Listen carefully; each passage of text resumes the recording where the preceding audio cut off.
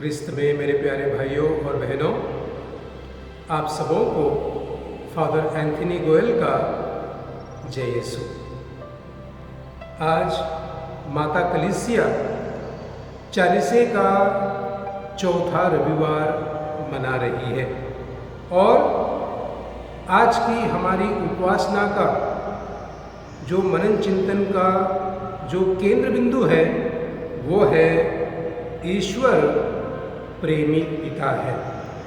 आज के सुसमाचार में हमने सुना यूहन्ना 3:15 में ईश्वर ने संसार को इतना प्यार किया कि उसने उसके लिए अपना एकलौता पुत्र अर्पित कर दिया, जिससे जो कोई उसमें विश्वास करे उसका सर्वनाश न हो बल्कि उसे अनंत जीवन प्राप्त हो। जी हाँ प्यारे भाइयों और बहनों, यह है ईश्वर का प्रेम अपनी प्रजा के लिए।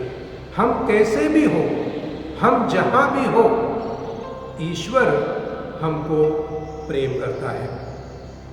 आइए आज इस चौथे रविवार पर हम ईश्वर प्रेम क्या है उसके ऊपर मनन चिंतन करें।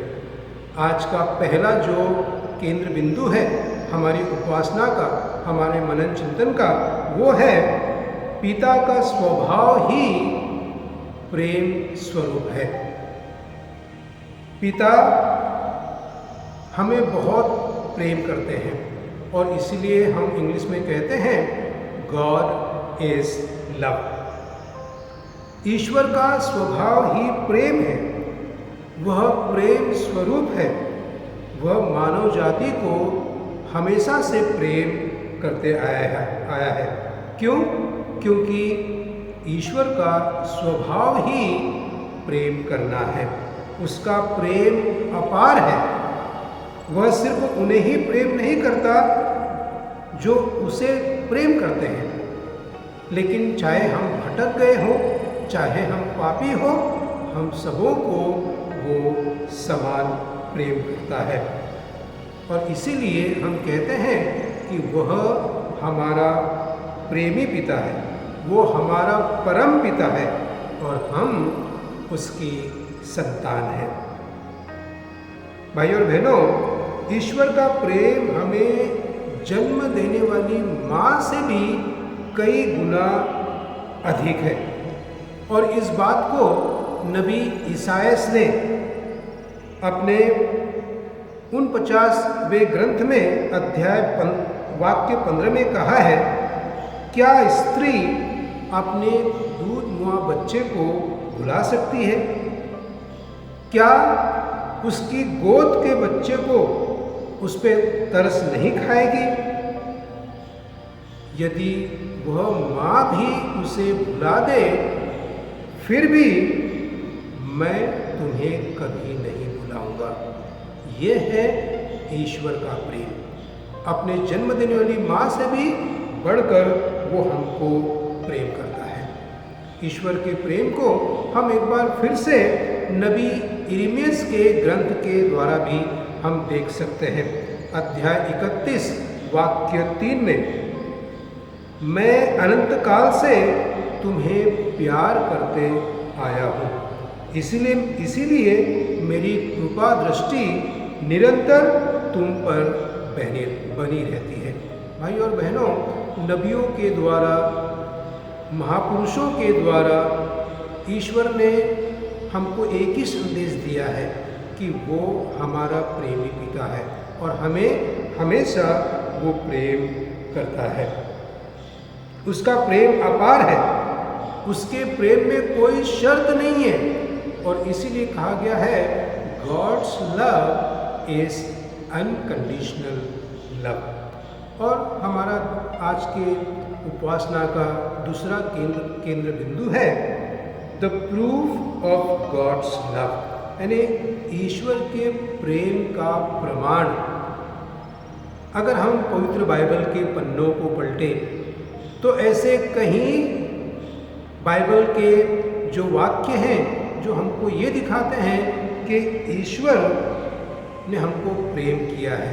और ये वाक्य उसके प्रेम का प्रमाण है। ईश्वर का प्रेम अथाह है, वह समुद्र की गहराई से भी ज़्यादा है। और इसका प्रेम यह है, इसका प्रमाण यह है कि उसने अपने एकलौते पुत्र को इस संसार में भेज दिया। यूहन्ना का सुसमाचार अध्याय 3 वाक्य 16 में हमने पढ़ा कि ईश्वर ने इस दुनिया को इतना प्यार किया कि उसने अपने एकलौते पुत्र को इसमें भेज दिया, ताकि जो उसमें विश्वास करेगा उसको अनंत जीवन प्राप्त होगा। दुनिया में पाप बढ़ गया था, लोग ईश्वर को भूल गए थे, और ऐसी स्थिति में ईश्वर ने अपने जिगर के टुकड़े को हमें पापों से बचाने के लिए, हमारा उद्धार करने के लिए क्रूस पर उसकी बलि चढ़ा दी। और यही है उसके प्रेम का सबसे बड़ा सबूत। भाइयों और बहनों, इस प्रेम के सबूत के बाद में आइए हम आज के तीसरे